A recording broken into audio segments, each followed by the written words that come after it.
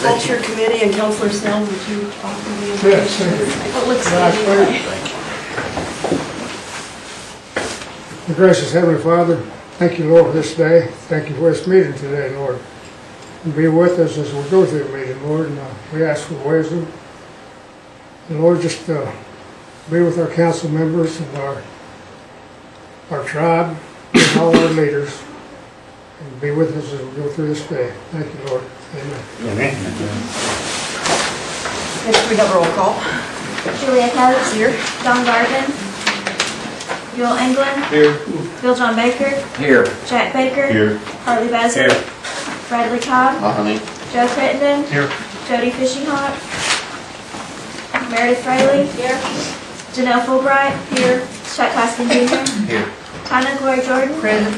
Curtis Snell. Here. Chris Stokes. Here. David Thornton. Here. Kara Callan Watts. Oh, honey. We've had a quorum. Next we have Pete to tell me who's here. okay. Next we have approval of the minutes from the December 13th meeting, and I'd entertain a motion to approve. So moved. Second. All in favor? Aye. Any opposed? Councilor Hoskin. Madam Speaker, this time, or Madam Chairman, this time I'd like to move to amend the agenda to add the Higher Education Reform Act, which just got passed out as new item number 2 for discussion only. Okay. Second. We have a motion and a second to amend the agenda. All in favor? I'm sorry, discussion? And that was for discussion only, right? There's no Yes. action today. Thank you for the clarification. All in favor? Aye. Any opposed?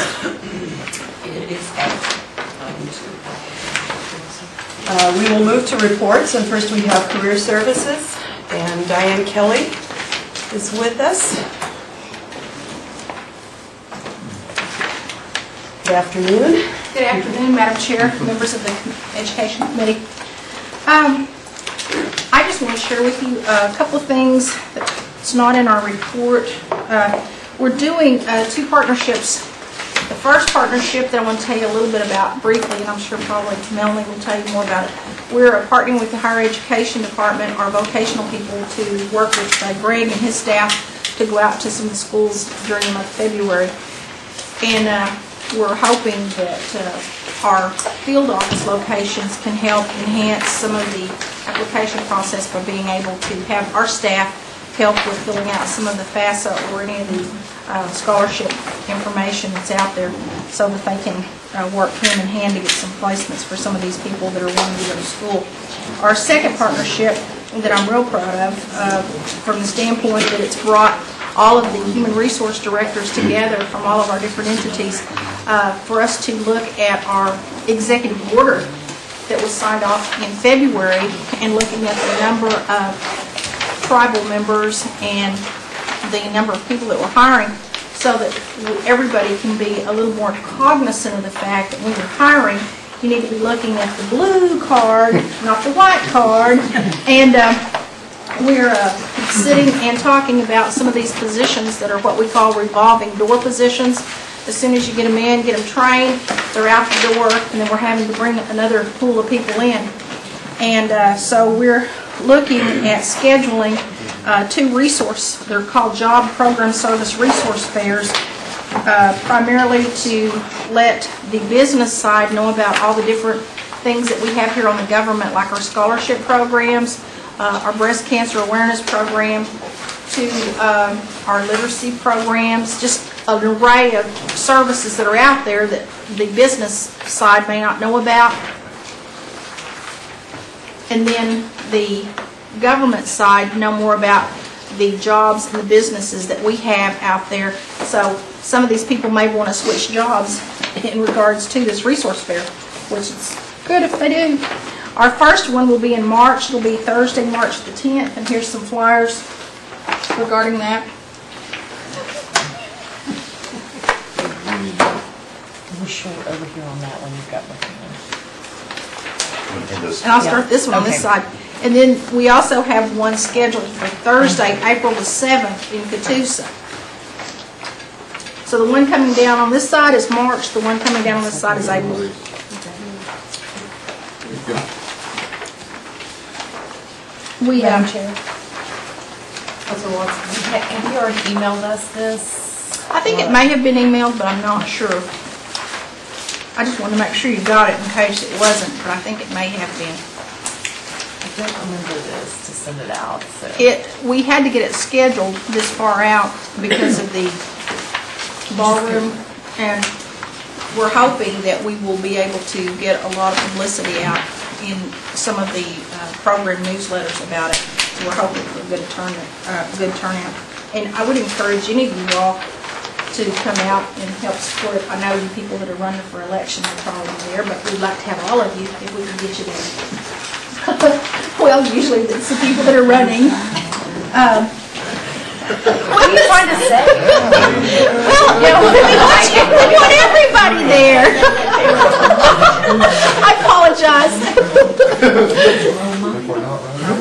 No, we want you there, but sometimes it's the people that are running that we see, that we don't see everybody else. Councilor Hoskin? I'm being honest. Thank you, Madam Chairman. Dan, are the participants already set for this, or can other participants sign up as? Oh, it'll be open to anybody. What we're going to do is, I've got Bob Schooley and Britt Thompson working on the other side of the fence, and what they're going to do is they're going to talk with all their managers to allow their staff to attend one of these. If you're down in this part of the area, you may go to the one at Siloam, let them off to go to that, or if you're from up in the other area, let them off to go to that. And then we're going to try to do the same thing here on the government side so that our people can see all these other businesses. It's a business job fair, and then we're going to target those revolving positions like food and beverage. Food and beverage is an area that they are having a difficult time keeping people in. But one of the things that we haven't done is market that, because we pay minimum wage, and if you worked for a barbecue place down the road, they may only pay $2.50 an hour. And yeah, they get to keep all their tips, but at the end of the year, they're having to be taxed for that, whereas with ours, they're prorated out, and those are taken off the top. And then we also have uniforms, and then they get a bonus percentage every quarter that needs to be marketed. So if you were going to go out there and go into the food and beverage, then you might be able to work in a career to get some advanced training and go into the culinary area where you could make more money. So that's some of the things that we're doing in a partnership, is we're looking at those areas where they're having this revolving door, where they're just getting people training and they're leaving. We're going to try to market those and do some comparisons. Are these, Madam Chairman, are these just the employers, just Cherokee Nation and entities employers, or other employers in the area are participating? That's my question. This particular fair in April and March is designed for Cherokee Nation programs and Cherokee Nation personnel.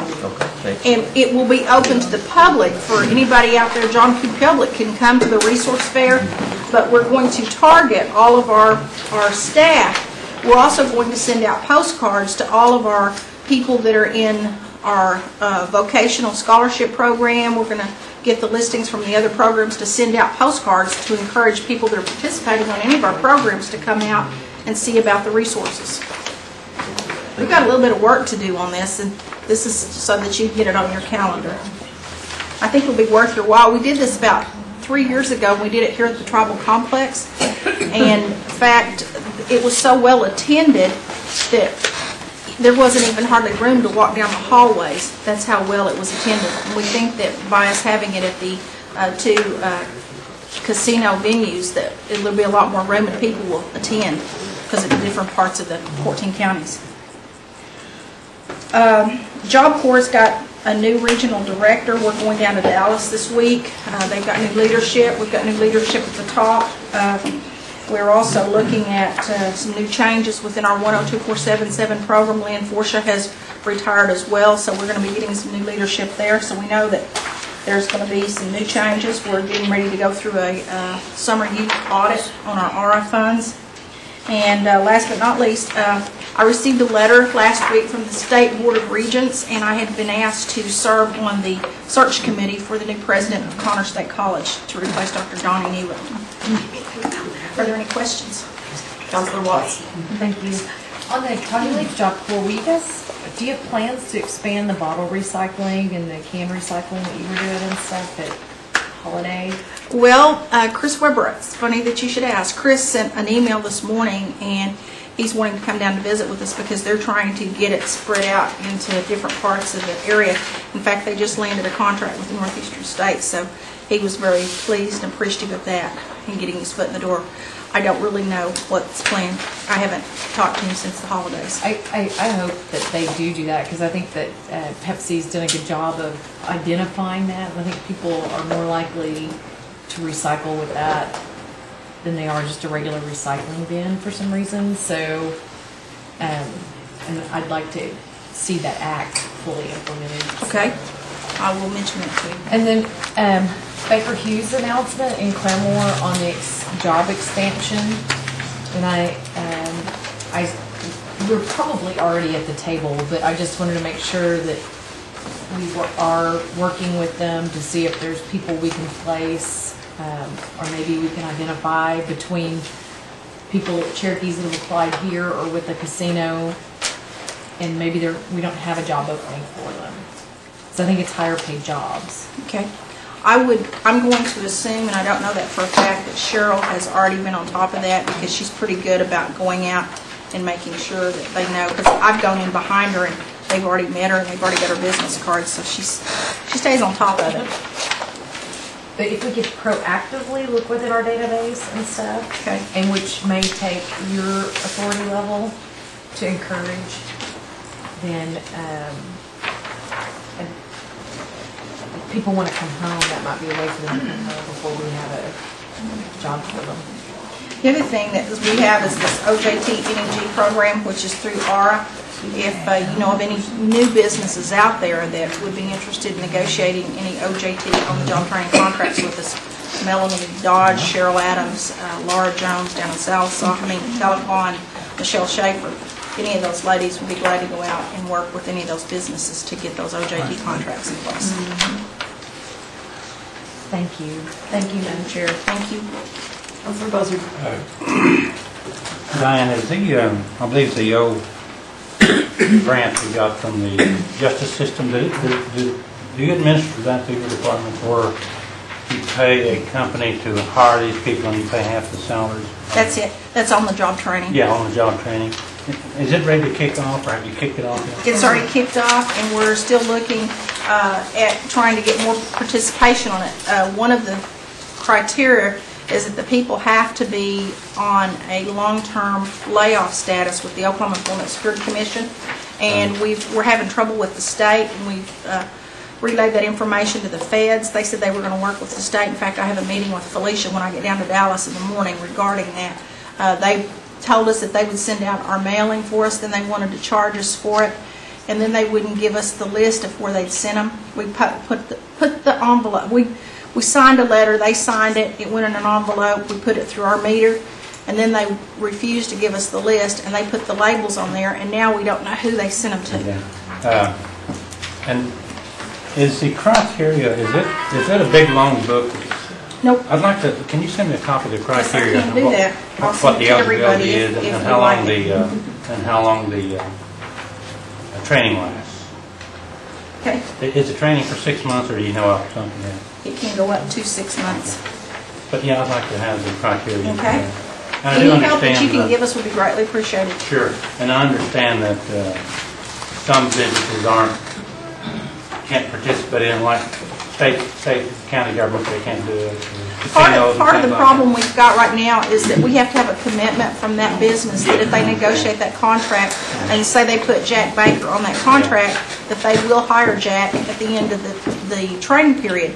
And with the economy the way it is, and a lot of these businesses that have laid off through the winter months, they're reluctant to do that right now because they said that they may not be able to pick them up. And we I know can't that's a negotiate a deterrent contract. for it, because if you take 10 people and put them on the program, and you can't afford to keep them after that. So I don't know, but I'd like to see the criteria. Okay. Thank you.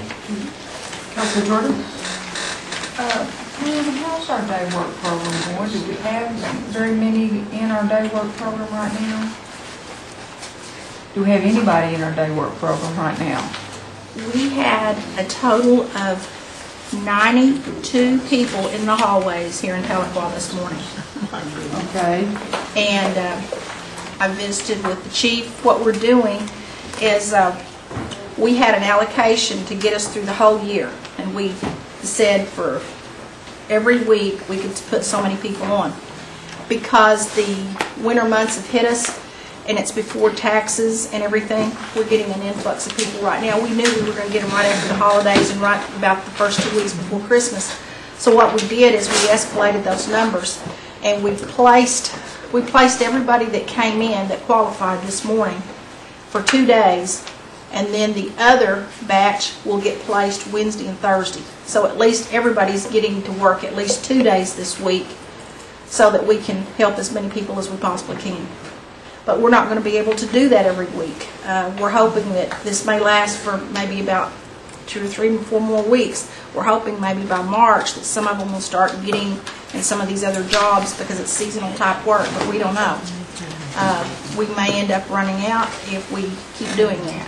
What do you have left financially to carry you through? I don't know. I can't tell you right offhand, Tana. Could you update us on... If I gave you an update, it's going to change because I have no idea how many we're going to get every Monday. And I don't know how many we're getting out in the field offices either. Well, I figured we'd be getting a lot because just the reasons you just gave, they're in between trying to get a tax refund and after Christmas and no job. And of course, this is one of the programs that we have emphasized of late, that we're trying to use this program to help with the economy. And I just kind of want to, I don't think I'm the only one on the council that kind of wants to know financially, where are we at? Are we going to need to try to find some more money to supplement that program to keep it going? If we don't have as many people coming in and they don't qualify later on, we can probably work back. That's the only thing I know to do. That's what we're doing right now. There is a need right now, and we're trying to serve those people. In the weeks to come, we may not have as many people coming in because some of the businesses like Swans will have started back up by maybe the first part of March. I guess what I'm asking is, will you keep us updated? Yes, I will. Because if you I start will. getting low on money, I'll keep we you as a updated. body need to know that. We have worked on a proposal, and the chief has submitted this proposal to some of our legislators to look at some pilot money that possibly could be out there through some of the economic depression type money. And I do know that he's met with them to look at it as a pilot project, and there's a good possibility that we could get some pilot money. When you're saying legislature, I guess you're Like talking state of Oklahoma? Yes, Okay. Senator Inhofe is who that he's visited with, and some of the congressional, I think, Boren, about this. Because one of Boren's representatives came and visited with about 6 of our day training participants who had actually obtained jobs, and she took down a lot of information, and we put together some portfolios so that she could take those back to the congressman's office. Well, if you keep us up to date, I don't want you running completely out of money. Okay. Because I really feel like that we have a duty now that we've started this program to try to keep it going, because it's the difference between people having food that night and no food in that house. I mean, that's just what it's come down to. And in the communities that I represent, it is the difference between their families having supper that night or not having supper. And so I want to stay on top of it, and if we can find some money to put in a program, that's the program I'd like to target. Well, we're working with the other business entities to try and help us with coming up with some alternatives, and I think they're very sincere about trying to help us with that. And I can truthfully attest to the fact that when you look at the placement rate, we have been very successful in getting those people's foot in the door, and it's helped them to land jobs. Thank you. Thank you. Councilor Hoskin? Thank you, Madam Chairman. If you haven't already, sometime in the near future, could you give us a breakdown, as you've done in the past, by county of the participants? We can take a look at how we're doing in terms of spreading this out geographically. Yes, I can. Well, Was the information that we gave you before, the pie charts, the graphs, was that helpful? I think so, yeah. Would that be okay to send something back out similar to that? That'd be fine, yes. And we can look at our budget and show you how we've prorated it per week, and then you can see how we've calculated. If we've accelerated 4 or 5 weeks in there, you can see that we're going to have a pipeline on down the road where we're going to have to cut back. And so rather than putting 50 on this week, we may only put on 10. Okay. Thank you, Madam Chairman. Councilman Baker. Yeah, Diane, and, you know, this program was a godsend last year, but we changed some of the rules, and I guess one of them is now that if you don't have GED, you can't do the day work? No, you can still do the day work. Really? Yes. What we do is if you don't have your GED, we're requesting that you go over to the adult education program and let them test you to determine whether or not it's something that you're going to be able to do. There's a lot of people that may not be able to obtain. Yeah. Well, I mean, there's folks that they believe that they can't do the day work because they don't have a GED. No, we are doing drug testing though, random drug testing. Well, drug testing I don't think was the deal. I think it was they didn't have their GED. No, And if they're willing to work on it, some of them would go to GED in the morning and then they would work in the afternoon. They can still be on the program. okay. And then in your budget, was it 2 people per county per day is what you budgeted? I can't remember, Bill John. I wish Jeff was on here, he could tell you. I don't know how much it was. Yeah, I think that's what I think there was like maybe 10 or 12 for Tahlequah and maybe 2 per county is the way it was budgeted for the whole year. But Right. we've had to change that because in some of the counties there wasn't anybody that qualified. See, we've got the Nahasda piece too, and we have money in that Nahasda category, but we don't have as many people that can qualify for Nahasda as they can in the regular program. And then and right now we're not letting anybody work over 2 days? No, what we did is we had so many people this morning and they were out there, we decided to let half of them work 2 days and the other half work 2 days because Jeff said we could work them for 4 days, but he says we're going to turn some people away. And that's when I visited with the chief. The chief said place as many as you possibly can, and that's what we did. And then the last piece is, have we worked out anything to where they get their $50 credit card, but if they got to pay rent, they cannot get cash to go pay the rent, and landlords will not take the credit card? Have we worked out anything at all? Yeah, there's a place that they can get cash. What about they have to pay $5 to get the cash? I mean, they charge them $5. I'll tell you where it is. Well, and I'm not going to either, but they charge them to do it. Yeah, And go ahead. the bank said that we're the ones that said they couldn't get cash there anymore. We are looking into that. In fact, I was in a meeting with Callie Ketcher earlier this morning of talking about trying to figure out alternate ways to pay them rather than the cards. And that way they can go pay rent or what other thing, because basically with that card they can go to a store and use it there. And so we're trying to figure out an alternative way for them to get paid and Yeah, I mean, they still be timely for them. They can buy gas on the credit card, they can buy clothes, and they can buy food. But if they don't need gas, clothes, or food, they're in trouble. Yeah. And we've heard about that and the challenges that, yeah, they're spending money, they're spending their hard-earned money to get money back. And so that's right. Get money to go pay their landlord. We're trying to figure out keep a the way roof to over do their that. head. So Callie's working on the plan right now to address that. But There is another problem that I want to share with you in case somebody calls you. If they take that credit card and stick it in one of the pumps that has the credit card, whenever they get that back, it may take $15 off the credit card for their gas. They're not going to be able to use that card again for 72 hours. So all of the counselors have been instructed to tell everybody when they give them that card, if you use it at the pumps, go in and pay for it. Do not use it at the pumps. So if you talk to anybody and they say, well, my card's not working, tell them to call our office. But we have told them, the counselors have told everybody, do not put those cards in at the gas pumps. Go in and pay for it.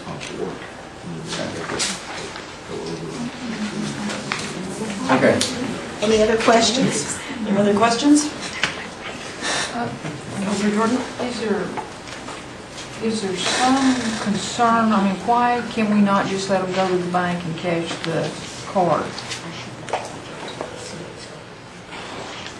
Well, So that they can use the money however they need to use it? I think you have to have an account at the bank. A lot of them do not have accounts. To cash this card that we're buying at Bank of America, isn't it? They have to have an account there. Bank of America won't take the card and just give them the cash? They're all over the 14 county area, and Bank of America is only in a few locations. They're not all over the 14 counties. I know there's a Bank of America in Muskogee, one here, and one in Catoosa, but I don't know where other Banks of America are located. Well, it would seem like that there would be some way that we could work it out with the banks, that if they came to the bank to cash the card, that we could get it cashed so that they could maximize the use of the money.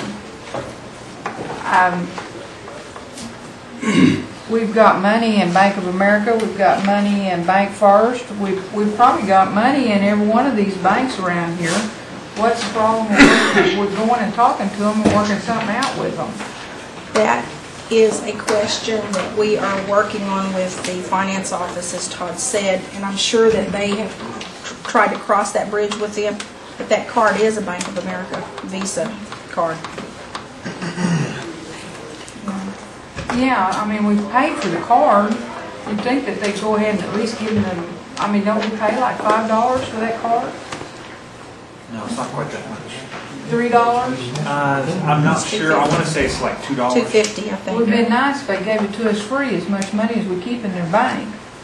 I can double check with Callie on that and see what the Another process $2 is. or $3 off of us on each one of those cards. I never have really understood that part. We're a big customer of that bank, and you would have thought that they would have cut us a deal on those cards a little better than what they did, which doesn't say a whole lot for them as far as I'm concerned. But I really wish that we would try to allow them We could to, report back on that at the executive finance stand. if you would, I'd certainly appreciate it. Okay. Thank you. Are there other questions? Okay, Thank you. thank you. Next, we have the completers report. Melanie Knight, welcome. Thank you, Madam Chair. I handed out a couple of items that were follow-up to last month's committee meeting. We attempted to just go item by item and put it in writing so that, I wouldn't have to, bore you with all the details, but I need to make one correction. On the item, it's a 2-page item, says follow-up from Education Committee 12/13/2010 on the top of the page. At the bottom of that page, when I talk about the Pell tiers, the tiers of Pell funding, the first tier should be $24.01 to $27.75 per semester. I've got that incorrect. And then the second tier should be $1,500 to $24.99. 99. $24.99, yeah, just under $2,500 a semester.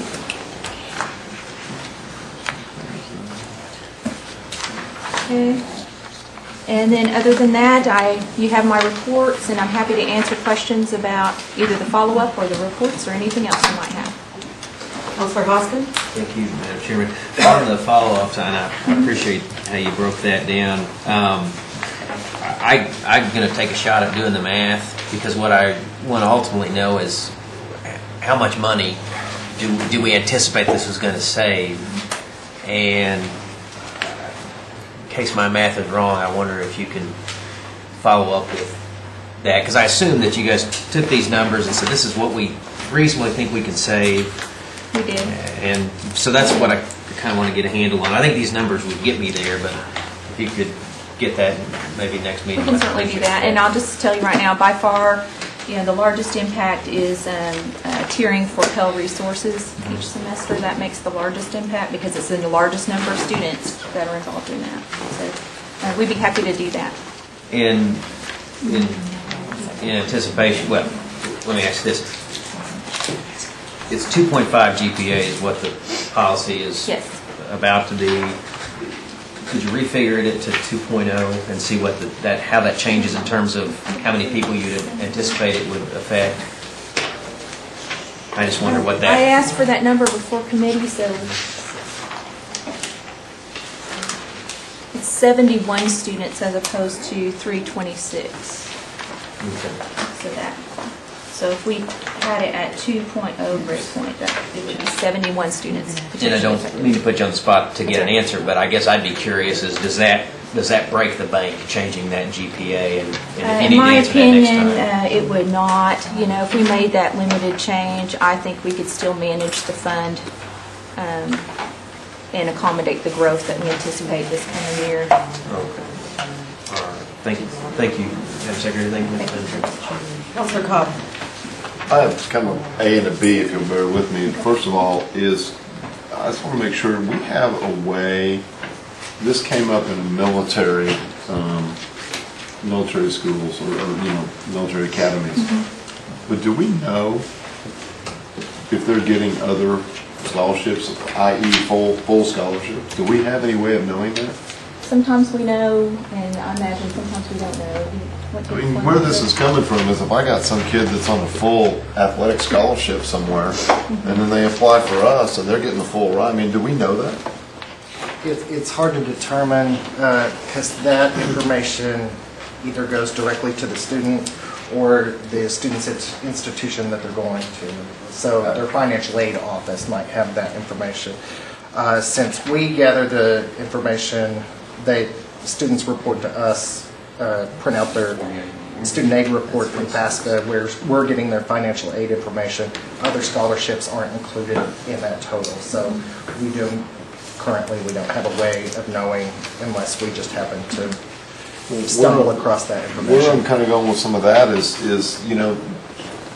the percentage of kids going to OU, OSU, Texas. I mean, big programs for big athletics is one thing, but you got a lot of small town kids going to NEO, NSU, going to East Central. I mean, you got a lot of that stuff going on, and if they're getting, a lot of these kids, these coaches will come in and say, hey, we're going to give you a full scholarship once you play linebacker for us. And if we're also funding them, I think we need to figure out how to find that out, because and then the other thing, and this may be something you just want to file away, but one reason I showed you that NCAA requirement for Division I athletes is it goes semester by semester, and as you are going through your college education, you have to have completed this percentage of it by this semester. You have to, and it goes up from there. It's a progression. It's basically showing that you are progressing toward, and I think there's a GPA requirement in there as you get closer and closer to graduation. And I think that's something to look at. I'd like for you to really kind of even just pull up the NCAA and look at how they patterned that. And it's really not that stringent. It's just, it's a guideline of, obviously you are progressing toward a degree. And it's something to look at. But I'd be interested, because I think we need to know if some of these kids are getting scholarships in other, and then also the second part. Thank you. If I may, Madam Chair, just to add to the other resources discussion, about the only way that we can think of, and there may be some way we haven't thought of, to reliably get that information is if you wait until financial aid is completed, you have them get a letter from the financial aid office saying, here are my resources for that semester.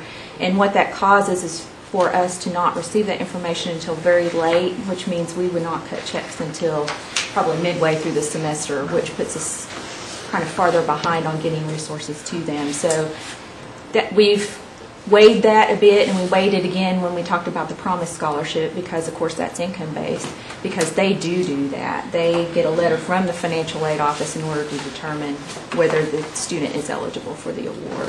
If I could, something to think about. I'm not saying to do this, but on the form for the scholarship, if there was something on there that said, please list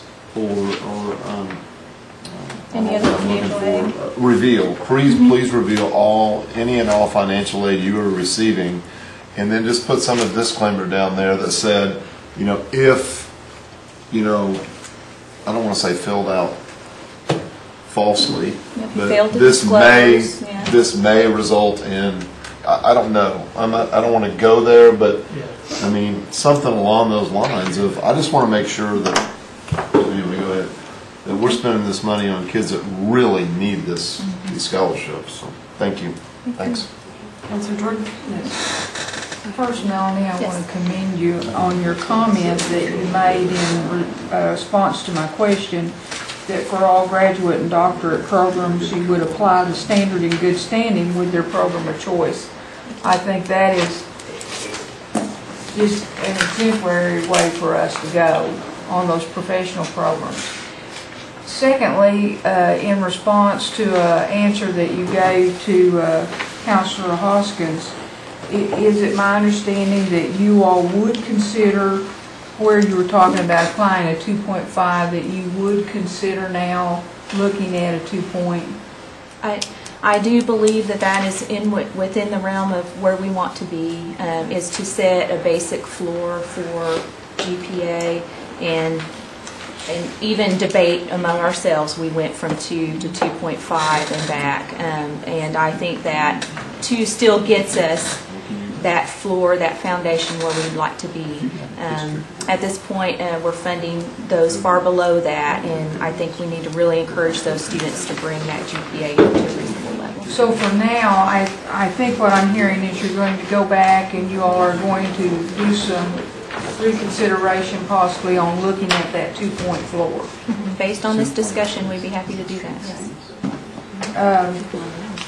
The other question I have, and this is a question from Counselor Fishinghawk again, she's unable to speak today, and in last month's report, I believe you all were going to ask the Attorney General to submit an opinion regarding the spending of motor fuels for scholarships that may be relevant this year as accounting units. Okay, I think what the question is you were going to ask for an opinion a month ago on, are we spending the motor fuels tax correctly? And her question to you, do you have that You don't have the opinion. I do not have the opinion. I do know that the request went forward because I saw it on the email traffic and that she responded to it. I've not yet seen the opinion on it, so I'll follow up. Okay, thank you. Yeah. Counselor Thornton? On these full scholarship for athletes or these type of people, I think you're going to find out that these colleges are checking and seeing what these athletes are going to draw as far as other type grants, scholarships, and then they're lowering their funding that they give these students. And I know that Northeastern does that. I know they've got quite a few kids going over there last year that they received like $1,000 a semester. And I guarantee you that's not going to pay for you. But they're receiving other grants. But that's what they're doing. That's what a lot of them are doing. So we may want to survey to see if they're offsetting their scholarship. They're offsetting. That's what they're doing. And I know down at Durant they're doing it too. We'll check into that. Even at OU, they're doing it also. And I know there's a boy that just came out of Ryan about 3 years ago, and he's going to OU this next semester to play ball and go to school. But the thing about him, he signed up a contract with a baseball program, professional, and they're paying for his, so he can just about pick anywhere he wants to go. So, there's going to be a lot more to this than what you think there will be. It isn't like it used to be. I know years ago you went to school, played ball, or was an athlete, you got a full scholarship, you got a full ride. But it isn't that way anymore. I think that's what you're going to find out. We will certainly check into that. Counselor Cobb? I just wanted to reiterate, and part of this is I know I went to college back in the dark ages. I know there were dinosaurs running around, but I went to KU on an athletic scholarship, and they never asked. They just cut the check. So they never asked me. Of course, that was a long time ago. So Thanks. Counselor Jordan? And this question is unrelated to what we've been talking about, but on the additional handout that you gave us on the motor vehicle competitive grants, do you have a time yet that those amounts are going to be dispersed to those schools? A date, maybe? A tentative one, yes. We will be working on those agreements with those schools just post haste. We have a model agreement that we're going to try to get signed within this week. The budget, however, is before you all on the E&F committee this month and will not go to full council until February.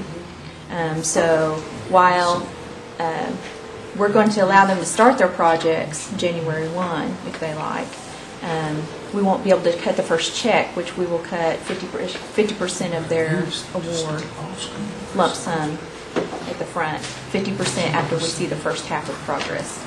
So that we forward fund as much as we can, because some schools can forward fund the projects. So it would be, what I'd like to do is have everything in place to be able to cut those checks as soon as possible after the full council meeting when the budget has passed. Is it possible that you'll be calling those groups together to disperse those checks in one action? We could have an event to do that. We have not discussed that, but it is a possibility. I haven't discussed that with communications. I was planning on a press release, but an event would be nice. And would it be a possibility that you will include the council? Well, certainly. If we have an event, we certainly will. But I'll pass that along. I have 4 schools, and I would certainly like to be part of any event that you might have concerning those schools. Okay. We got some very innovative projects. I was really pleased to see the creative thinking that came forward in a lot of those proposals. So we aren't just making baskets anymore, so that's a good thing. Are there other questions? Thank you. Thank you. Next is Head Start. Is there any here? No. Leadership. Good afternoon. I apologize. My report was extremely late. In fact, you probably got it in your hands about 10 minutes ago. But I was going to cover several of the highlights of things that have gone on recently inside leadership. For starters, our youth choir has grown in membership. We had auditions and we selected 53 youth now for our youth choir, which is up from 40 from this last year. And part of that success comes from our kids that have been participating in our district choirs. So we had a lot of kids that rose out of those district choirs and became youth choir members. A couple of things I'd like to say thank you on. We had our youth council swearing in ceremony a few weeks ago.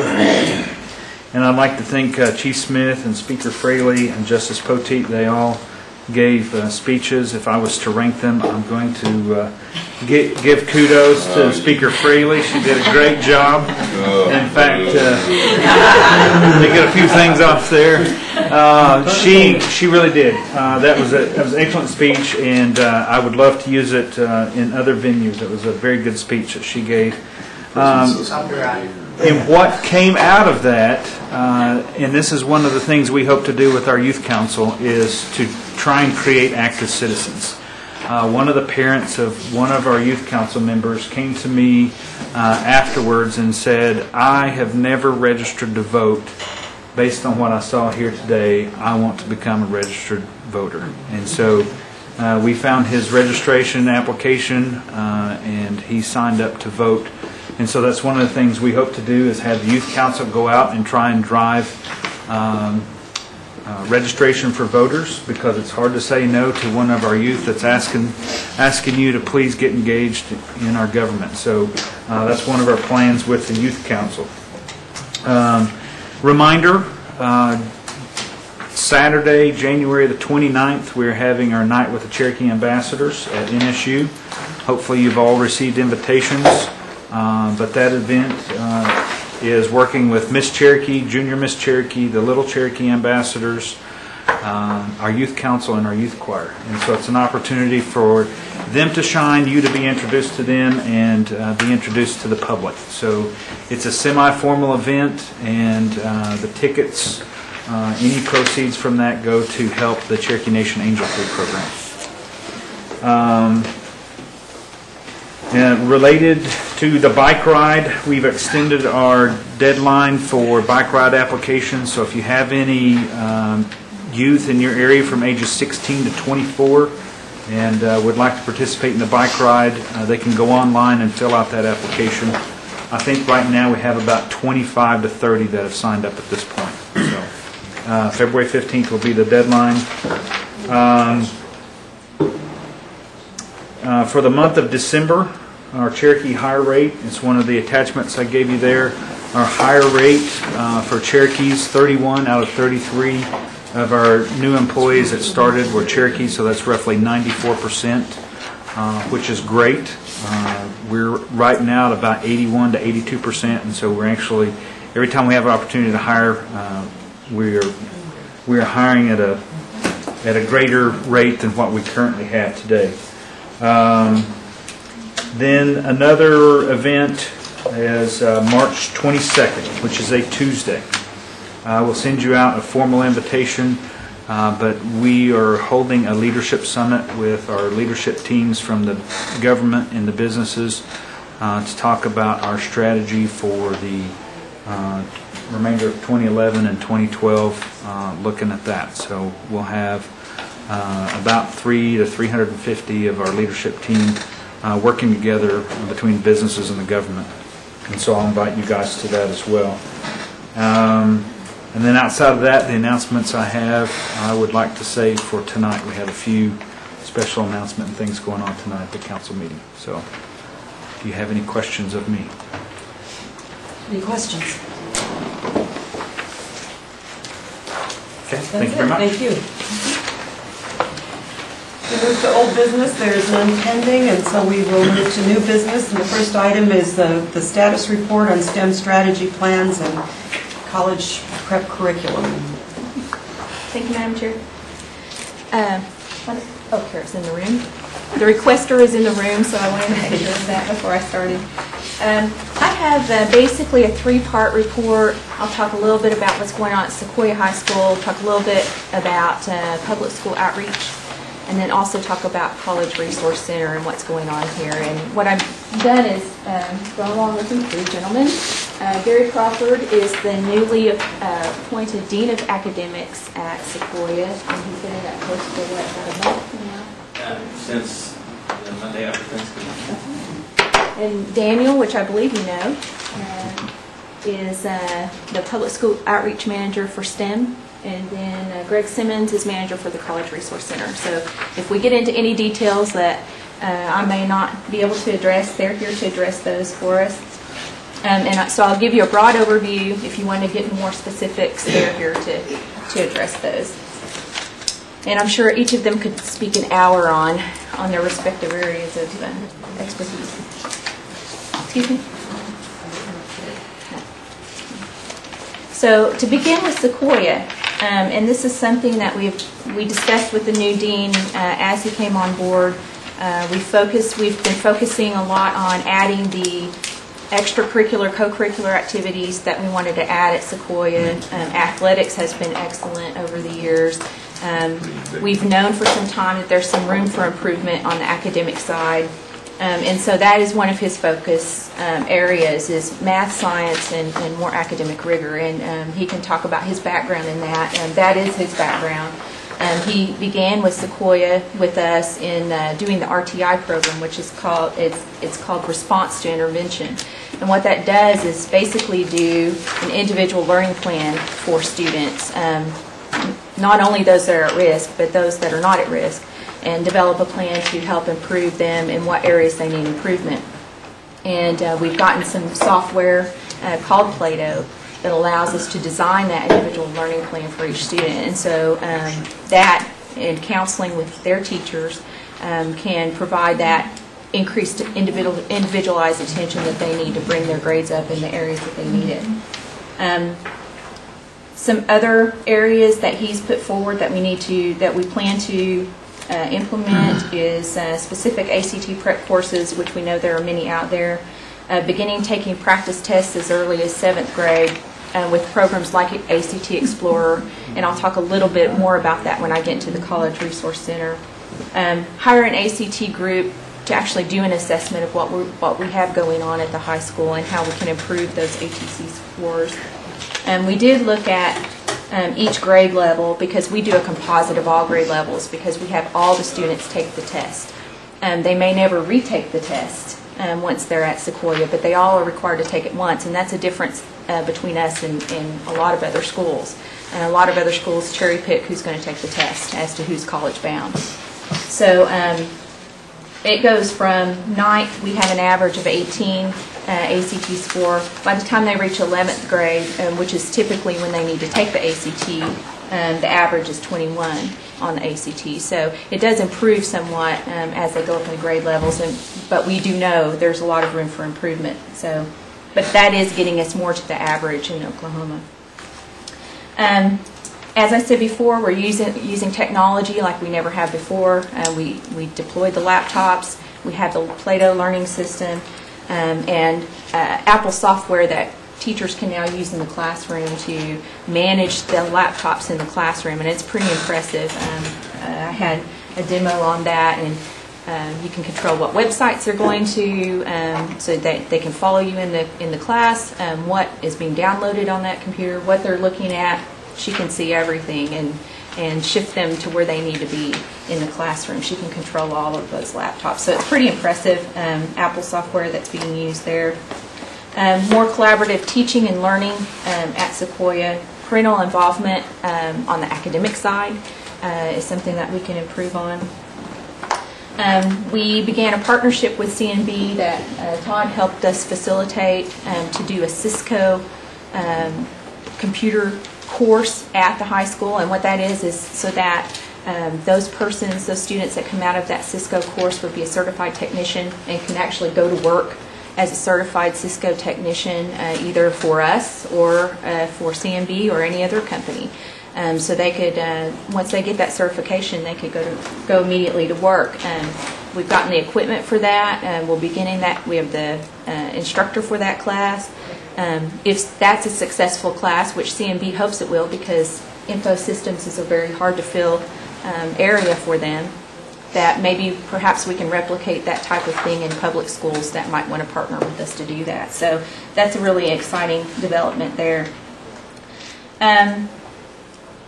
I won't get into, but expanding the robotics and other areas that spark interest in math and science.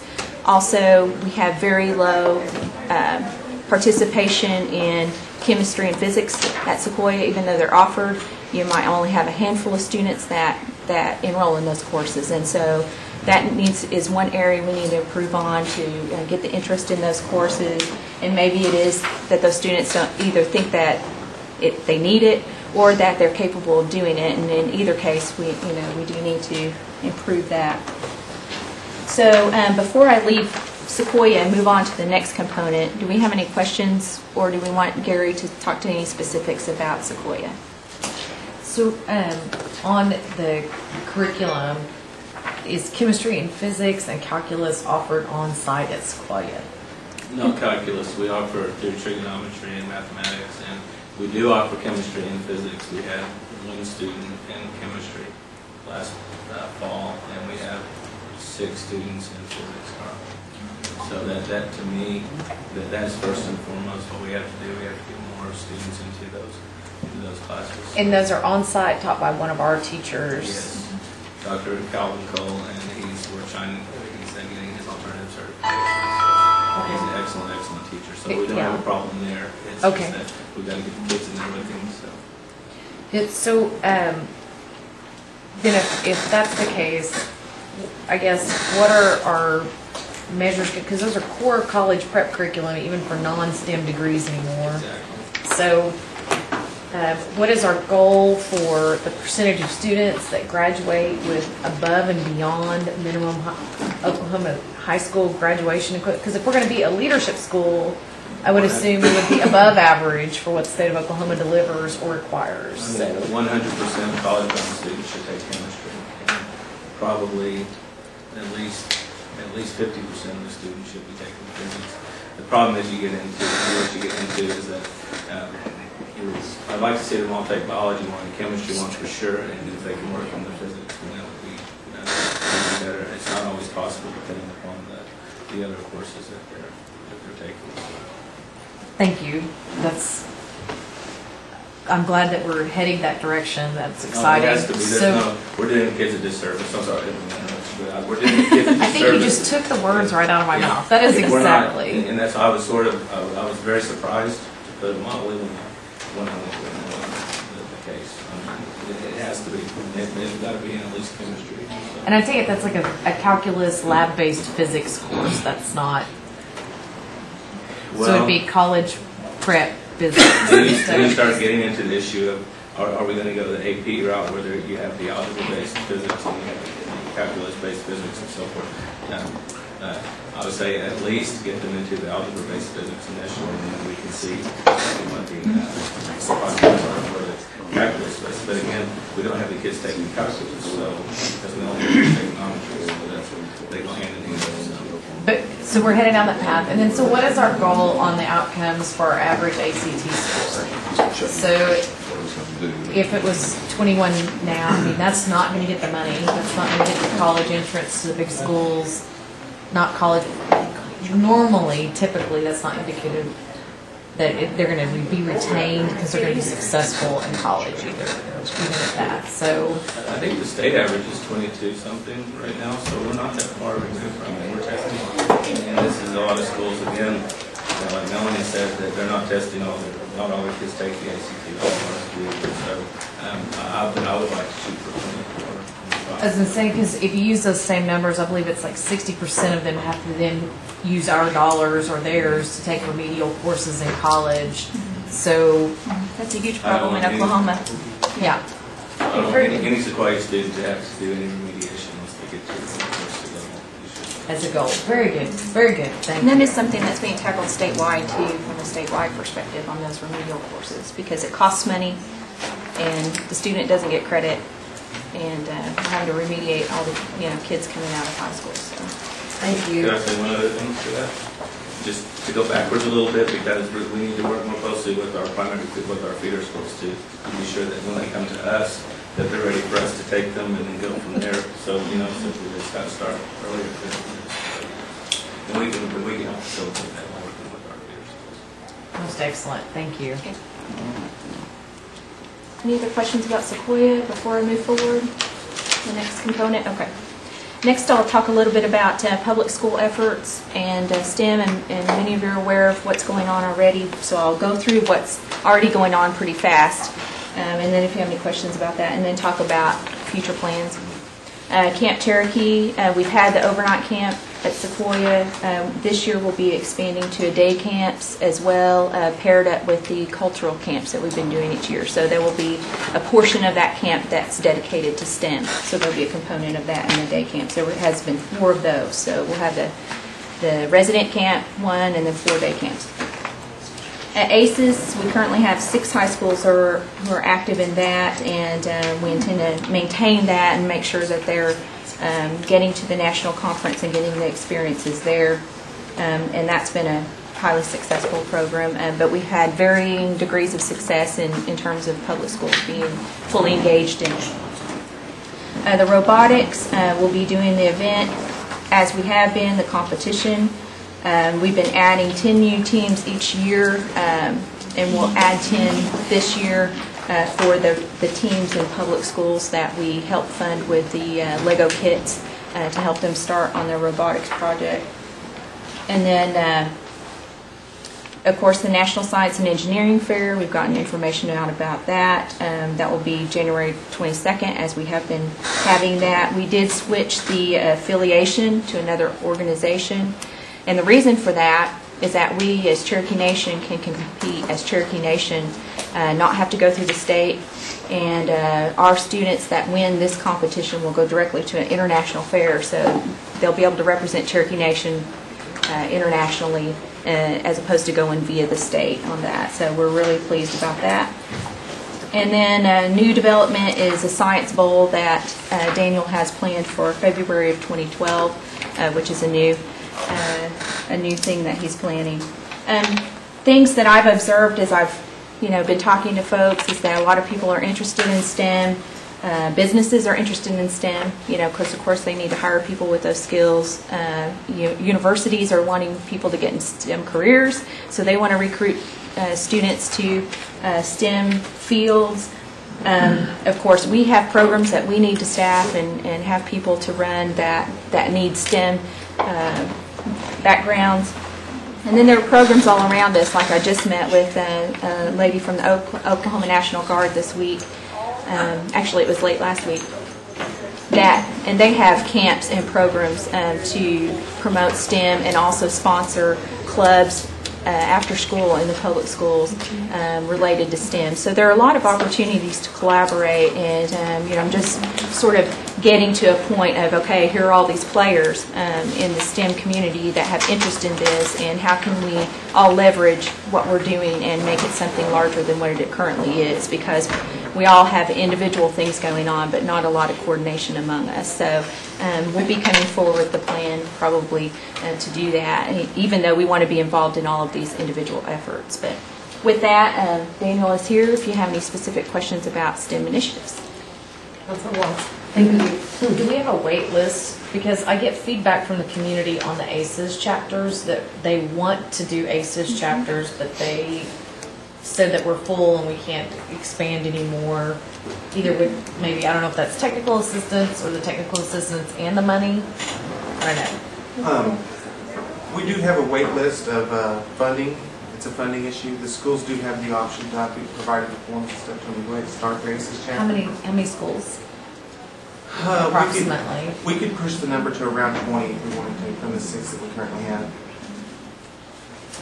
So high schools. I don't know if Chief had, we talked to all the students that were in attendance at the national conference and the success that they had, and he indicated that we would work together, and of course the council would have to approve and send additional students above and beyond what we did even to the next upcoming conference.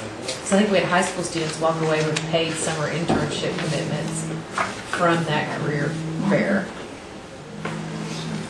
And then what are we doing with evaluating the public schools to see, and I'm glad to hear the feeder schools early, but also the high schools having the same college prep curriculum and access to those physics teachers, calculus, maybe working with the Oklahoma State Career Services, or not career, but Career Tech programs in their pre-engineering schools where they've set up in the satellite. I mean, are we talking about those things too? We certainly are, and it's probably more of a collaborative effort among all three of these gentlemen, because of course it factors into college preparedness, and then Daniel's been our arm to actually reach out to those schools. So it's going to be a collaborative effort among all three, and we've talked about those courses that high schoolers can now take at Career Tech for college credit, that they can begin taking in their own backyard. And for instance, you take honors credit at Stillwell Career Tech. And I'm not sure there's a lot of awareness of all of that yet, and so it is something that we need to specifically work on.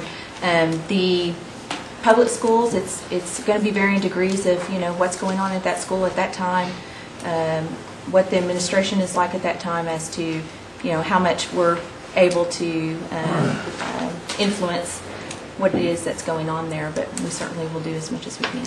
So I know that Cherokee scholars did not survive the funding process. Mm-hmm. So can we still push out some of that information though, and use that as the Certainly. Go above and beyond this curriculum? Here's college prep curriculum. Here's the type of courses you need to take. And that's, that is Greg Simmons' bailiwick. That's going to be college prep, and those communications very early, from 6th to 8th grade to 9th grade, as to if you're interested in college, first of all, do some thinking about what kind of career you want. You don't have to decide, but here's what you need to take no matter what. Here's the type of course of study you need to have in high school, and make a plan for it. And so that's where that effort is going to, I think, really make a difference. One last question. Be very quick, we're So, over already. On the science and engineering fair, I totally appreciate why we needed to change, but there's still a lot of students and schools that are geared towards ISEP and that they go to NASEP and then ISEP, even though they don't acknowledge our sovereignty. So if there's a way to overlap both of those, I would greatly appreciate it, because somehow we've still got to acknowledge the students in those other projects, because this new program narrows it really narrow for their projects. Okay. On You mean the scope of categories. the project? Yes. Thank you, Madam Chair. Okay. How much time? We're 10 minutes over already into this meeting, so with the council, I would ask that if there are additional questions, perhaps would you be willing to come back next month and we could continue this this discussion at that time if there are additional questions. And we can talk more about the College Resource Center and what's going on there. Okay, I appreciate it. Thank you. Okay. Our second item under new business is Councilor Hoskins' act for discussion only, and with Chairman Snell's indulgence, I would ask, or maybe we could talk about this for 10 minutes or so. I've looked at your agenda and I 7 minutes, okay. Starting 3 minutes. So I'm going to limit discussion. We will discuss, but very limited for 7 minutes. And Councilor Hoskin, I'll let you. Madam Speaker, I can do it under 7 minutes, Okay. hopefully. The idea behind this act is to fill what I think is a vacuum. There's no underlying statute for our scholarship program. So far as we could tell, this is a document that was passed out before the meeting. Apart from appropriation bills that we pass from time to time, there's 3 substantive provisions, Madam Chairman. One is Part 5D, which says that the council will get at least 90 days notice beginning the next fiscal year of any changes in rules, policies, and procedures. We'll get those in writing. If we don't get them in writing, any of those changes are null and void unless we were to waive that requirement by resolution. That's the first substantive provision. The second and third fall under Section 5C. 5C1 deals with GPA. My thought initially was, why are we denying someone a scholarship if they're in good standing, even as an undergraduate? And I've thought some more about it, talked to some other counselors, and visited with the Secretary Knight. And I think the fact that the administration is signaling that they would actually lower the threshold to 2.0, I think is a step in the right direction for this new year. Looking at the numbers, it looks like, yeah, some people are going to get cut out, put on probation, but if they would move to a 2.0, that might be acceptable to me. Section 5C2 deals with people who go beyond 8 semesters. Another Councilor Gloria Jordan voiced a concern that if we have students that are actually taking longer than 8 semesters to get a degree, are we really cutting them out? I think, again, having talked with Secretary Knight, we're not necessarily cutting them out, but some of them might get cut out after maybe the 10th semester, and there may be some special circumstances where they are making a good faith effort to complete their degree. And I think with a little more discussion with higher education, we might be able to resolve that issue. I guess in short, Madam Chairman, even though this will be on our agenda for rules for consideration, my thought personally is, I may be willing to jettison, if you will, the 2 substantive provisions under Section C. I do feel strongly about Section B in terms of the notice requirements. And then more broadly, I really feel strong that we need to have some statute that guides the administration's discretion. Secretary Knight has, I think, proven that she's taken on the tough task of trying to serve the most kids that she can with the budget she's got, but down the road we may have other administrations that we need to constrain. We may find that next year we need to constrain Madam Secretary. We may disagree with the approach that she takes, and I think we need to do it in a responsible way, and I think we do that through passage of the statute. So, Madam Speaker, that's all I have. Again, discussion only, and I appreciate the committee's patience on this. So, I'll yield back. Okay. Again, I'm going to take just a couple of comments. So, Councilor Jordan, we'll for you first. I just want to say real quick. Jordan, I'm sorry, Councilor Jordan first. Go right ahead. I just wanted to interject there that we did have a visit communication with Melanie prior to this meeting, and my concern under C2, I believe she is attempting to address, and I shared my concerns with her, and I think she's going to try to incorporate those into something that she's going to bring back to us hopefully by next month. And the concern on C1, on the grade point, I think we've already addressed prior in this meeting, where we seem to be moving towards a 2-point. Maybe everyone can possibly live with that. I would like to see what Melanie is able to bring back to us on a timely basis here next month, and reserve any other comment until we get to see that, because it seems like we were all moving along with the same idea, and I would like to give her an opportunity to get us something back in writing, and maybe that takes care of C1 and 2. Thank you. All right, Councilor Cobb, and I think you will be the last. So. Thank you. I just wanted to say, if you, and I mentioned this earlier, but if you would look at whether it's that NCAA deal, because that was obviously pretty well thought out. It is a progression. It is, we expect that this semester, that this percentage is completed this semester. And I'm sure there's more than just NCAA. There's probably other entities that do something like that. I think that's something good to look at. And then on part 1 of C1, you know, maybe I'm coming at this from a different angle, and I'm completely open to the possibility of a 2-point, but I just need to make sure that we're all on the same page of, you know, if you're graduating with a straight C average, what is the ultimate goal there? You know, we just trying to get the degree, because I just know if you're trying to go forth from there, I'm not sure you're going to get into a postgraduate with a straight C average. So I understand we're dealing with sometimes difference. I'm just looking at it from where I came from, and I'm not saying 2 points wrong. I'm just saying before we set that minimum GPA, let's just, you know, what are we trying to accomplish? What is the goal before we set that GPA? So I just want, when we win that discussion, let's everybody think about that. That's all I have. Thank you. Yeah, thank you.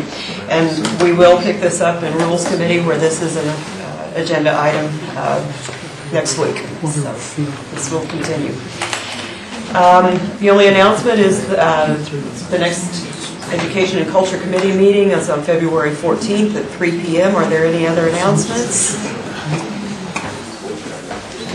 Mrs. Ragsdale? Madam Mayor, the Executive and Legislative Conference at 5, if you all would like to pass these out so you'll have some discussion items I think you all will be interested in.